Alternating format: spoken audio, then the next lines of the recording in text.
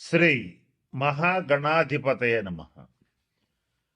మనం చాలాసార్లు ఏమనుకుంటామంటే, గతంలో ఈ పొరపాటు చేసాం, మరలా అవకాశం వస్తే ఈ పొరపాటు చేయకుండా ఉందాం అని ఒకసారి అనుకుంటాం. అలాగే మనం గతంలో ఈ తప్పు చేశాము, ఈసారి కనుక అవకాశం వస్తే ఈ తప్పు చేయకుండా ఈ సరైన నిర్ణయం తీసుకుని మన జీవితాన్ని బ్రహ్మాండంగా ముందుకు తీసుకెళ్ళగలుగుతామని ఆశపడుతూ ఉంటాం. ఇట్లా ఏదైనా సరే గతంలో చేసినటువంటి తప్పులు కానీ, మన వల్ల జరిగిన ఇబ్బందులు కానీ, మనకు తెలియకుండా జరిగినవి కానీ, తెలిసి జరిగినవి కానీ ఏవైనా సరే ఒక ఇబ్బందికరమైన పరిస్థితులు, దాని ఫలితాలు చేసినప్పుడు తెలియవు కానీ చేసిన తర్వాత మనకి చాలా బలంగా దెబ్బ కొడుతూ కనపడుతూ ఉంటాయి.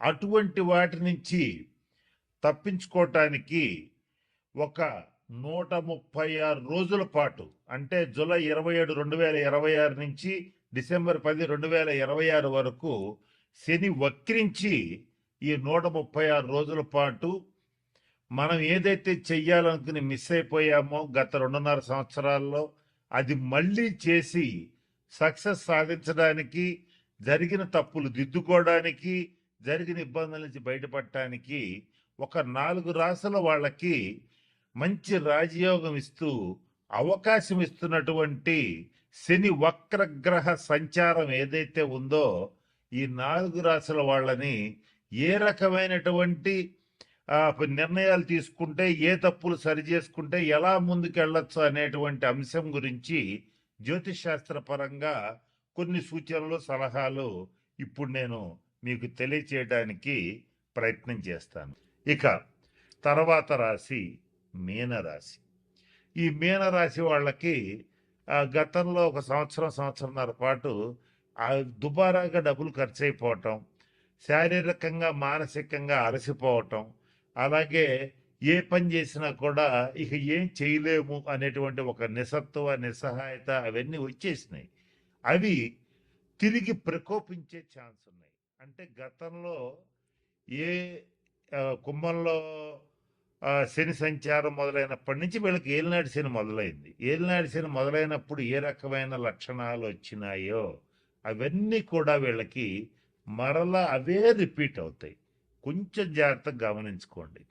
కుంభంలో శని ఎప్పుడు వచ్చాడు అని అంటే దాదాపుగా ఒక 3 సంవత్సరాలు, సుమారు 3.5 సంవత్సరాల క్రితం వచ్చాడు.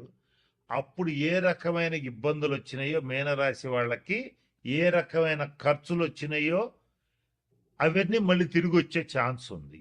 కాబట్టి గతంలో మీరేంటి అలాంటి ఇబ్బంది వచ్చినప్పుడు మీకు తోచిన నిర్ణయాలు మీరు తీసేసుకున్నారు.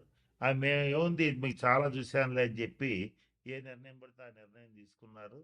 దానివల్ల చాలా మానసికంగా, శారీరకంగా ఇబ్బందులు పడటం, మానసికంగా కొంత డిప్రెషన్కి గురవటం, అలాగే ఆర్థికంగా ఇబ్బందులు పడటం, డబ్బులు నష్టపోవటం, రుణాలు చేసే పరిస్థితి ఉండటం, తీవ్రంగా అప్పులు చేయటం, ఇలాంటివన్నీ జరిగినాయి.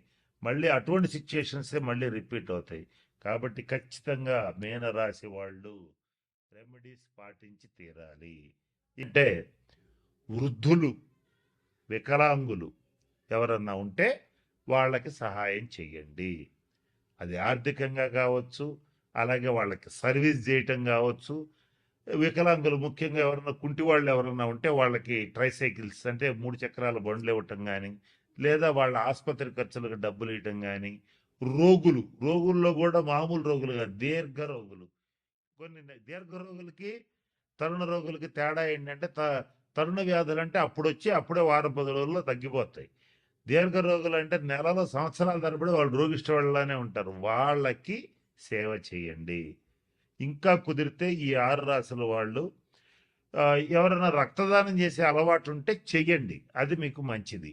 ఇక ఇంకా ఎవరైనా సరే ఈ 6 రాసుల్లో శనీశ్వరుడికి సంబంధించి మంచి ఫలితాలు పొందాలంటే ప్రభుత్వ ఆసుపత్రులకు వెళ్ళి అక్కడ ఉన్నటువంటి రోగులకి కావలసిన మెడిసిన్స్ ఇప్పించటం కానీ, ఏదైనా పళ్ళు ఇవ్వటం కానీ అవకాశం ఉంటే చేయండి. ముఖ్యంగా వృద్ధాశ్రమాలు, అనాథాశ్రమాలు కాదు, వృద్ధాశ్రమాలు ఎవరికైతే ఉంటాయో అక్కడికి వెళ్ళి వృద్ధులకి సేవ చేయండి. వాళ్ళకి కావాల్సిన వైద్య సదుపాయం కల్పించండి, వాళ్ళకి కావాల్సిన సేవలు చేయండి. శని గ్రహం అనేటువంటి వృద్ధుల్ని సూచిస్తుంది. నల్లటి వాళ్ళని సూచిస్తుంది, కుంటి వాళ్ళని సూచిస్తుంది. అలాగే నలుపుకు సంబంధించినటువంటి విషయాలు, నూనెలకు సంబంధించిన విషయాలు, పత్తికి సంబంధించిన విషయాలు సూచిస్తుంది. ఈ 6 రాసుల్లో ఇటువంటి వాటికి సంబంధించి వృత్తి వ్యాపారాలు చేసేటువంటి వాళ్ళు చాలా జాగ్రత్తగా ఉండాలి. వీళ్ళకి తగిన నిర్ణయాలు తీసుకోవాలి, తగిన శాంతి పరిహార క్రియలు పాటించాలి. ఇలా చేస్తే ఖచ్చితంగా మంచి ఫలితాలు ఉంటాయి. ఇంకొక ముఖ్యమైన విషయం, శని ఎప్పుడు కూడా క్రమశిక్షణను కోరుకుంటాడు, ఆనెస్టీ, నీతి నిజాయితీలను కోరుకుంటాడు. ఈ 6 రాసుల్లో ఎవరైతే నీతిగా నిజాయితీగా ఉంటారో, క్రమశిక్షణతో ఉంటారో, పరద్రవ్యాన్ని ఆశించరో, అంటే ఎదుటివాడి ఇల్లు కొంప కొల్లగొట్టి కాజేయాలనుకోరో, వాళ్ళకి మాత్రం మంచి ఫలితాలు ఉంటాయి. ఏదైతే నేను చెప్పినట్టుగా ఎవరో ఒకళ్ళ ఆస్తి కలుపుకుందాం, ఏదో ఒక రకంగా వాడి ఆస్తి వాడిని బెదరగొట్టో, భయపెట్టో, లేదా ప్రలోభాలకు గురి చేస్తూ లాక్కుందాం అనేటువంటి వాళ్ళు కానీ, తీవ్రంగా మద్యపానం చేసేటువంటి వాళ్ళు కానీ, అలాగే నిషేధిత ప్రదేశాలు అంటే జూద గృహాలు, వ్యభిచార గృహాలు, ఇటువంటి వాటి దగ్గరికి వెళ్ళేటువంటి వాళ్ళు కానీ, వాళ్ళని మాత్రం ఈ 136 రోజులు కర్మకారకుడైనటువంటి శనీశ్వరుడు ఖచ్చితంగా ఇబ్బందులు పెడతాడు. కాబట్టి వాటి జోలికి ఖచ్చితంగా పోవద్దు. ఈ 136 రోజులు అసలు పోవద్దు. కనుక నేను చెప్పినటువంటి విషయాలు గమనంలో పెట్టుకోండి, జాగ్రత్తలు పాటించండి. మన ఛానల్లోనే ఇంకా పరిహారాలు ఇస్తాను, మీకు షార్ట్స్ రూపంలో కూడా ఇస్తాను. వాటిని పాటించి ఈ 136 రోజులు మీకు అత్యంత అనుకూలంగా మార్చుకోవచ్చు. నేను చెప్తూ వీడియో మొదట్లో ఒక మాట చెప్పాను, వక్రీ బలి అన్నాను. వక్రించిన గ్రహం మరింత బలంగా పనిచేస్తుంది. ఆ బలంగా పనిచేసేటప్పుడు దాన్ని పాజిటివ్గా నెగిటివ్గా మార్చుకోవటం మీ చేతుల్లో ఉంటుంది. కాబట్టి నేను చెప్పిన అన్ని సూచనలు పాటించి అందరూ 12 రాసుల వాళ్ళు శనీశ్వరుడు యొక్క శుభ ఫలితాలు పొందాలని మనస్ఫూర్తిగా ఆశిస్తూ ఆ పరమేశ్వరుడిని ప్రార్థిస్తూ సెలవు తీసుకుంటున్నాను. స్వస్తి.